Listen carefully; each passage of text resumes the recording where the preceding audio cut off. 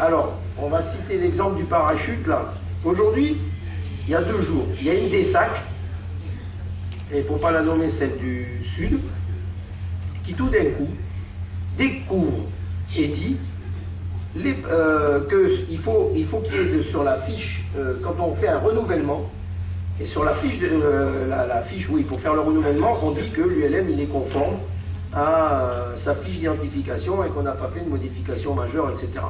C'est une phrase de genre. Bon. Et lui il dit, eh bien maintenant vous allez m'amener, il découvre ça 13 ans après la réglementation, il n'avait sûrement rien à faire dans son truc là. Et donc le voilà qui dit, eh bien je vais vous renouveler, mais vous m'amenez l'attestation du constructeur, comme quoi votre parachute, il a bien été contrôlé. Alors, nous voilà sur un truc où, premièrement, je lui réponds, c'est difficile, en fonction des parachutes, c'est même pas la même date. Donc comment il va faire? Comment il va savoir et tout? C'est débile, il commence à vouloir faire un truc, bon. Mais surtout, ce que après, quand j'ai écrit à M. Coffin en lui disant on a un problème, c'est qu'il remet en cause le système déclaratif, où c'est le pilote qui prend ses responsabilités quand il fait sa déclaration. Après, à lui de se débrouiller. C'est pas comme le truc certifié, où après on met en cause X, Y, Z. Là, devant un tribunal, alors parce que, pourquoi il avait fait ça? C'est parce qu'il dit, mais attendez, moi, quand je vais délivrer la carte d'identification, s'il y a un accident, on va dire que j'ai pas fait le boulot, que j'ai délivré une carte à quelqu'un qui n'était pas dans les clous. Mais je lui dis, dans la réglementation, il est prévu que vous délivriez une carte d'identification sur la foi des déclarations du pilote et du propriétaire. C'est très clair, le système déclaratif. Et donc, vous n'allez pas vous retrouver au tribunal, puisque la responsabilité de la fausse déclaration, elle appartient au pilote.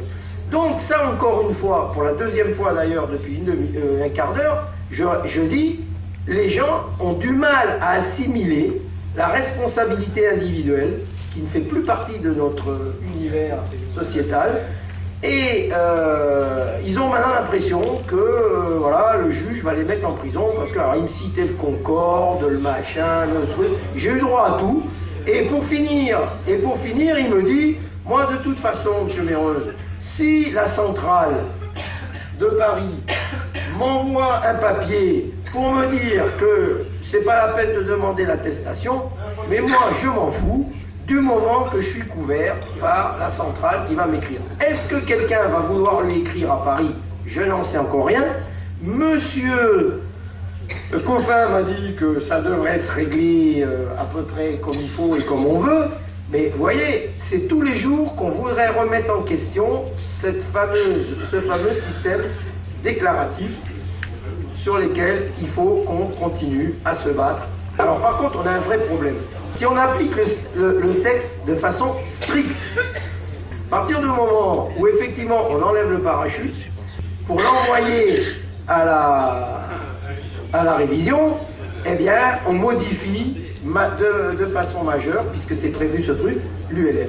Donc il dit, à partir de ce moment-là, soit vous me faites une déclaration de modification majeure en ayant fait les calculs pour que ça fonctionne après, et je vous donne une autre carte d'identification, ça peut durer 1 mois, 2 mois, 3 mois, 4 mois, ou bien effectivement, ben, vous ne pouvez pas voler. Alors donc ça veut dire que le mec, il fait l'effort d'acheter un parachute, et ça coûte cher, c'est pour la sécurité, mais on va inciter les gens à ne pas mettre de parachute pour ne pas avoir tous ces emmerdements-là. Donc là, c'est un problème que je suis en train de voir avec Mathieu Coffin, et il a fallu qu'il y ait un gars qui lève le doigt. Ça fait 13 ans que tout le monde enlève le parachute, vole, et puis remet, puis il sent qu'il y a le problème. Et là, il y en a un qui a levé le doigt et qui le fait, donc il faut qu'on traite le problème. Voilà. Moi, j'ai trouvé la solution. J'ai trouvé un constructeur qui vient de me dire qu'il est d'accord pour m'enlever, m'en remettre un autre. Pendant que mais c'est entre parenthèses, c'est vraiment la meilleure solution, c'est d'inciter tous les constructeurs et vendeurs d'ULM avec parachute, qui après, quand ils reprennent le parachute pour le reconditionner, et qui mettent un parachute en prêt, de manière à ce qu'on supprime le problème, et il va falloir qu'on le fasse.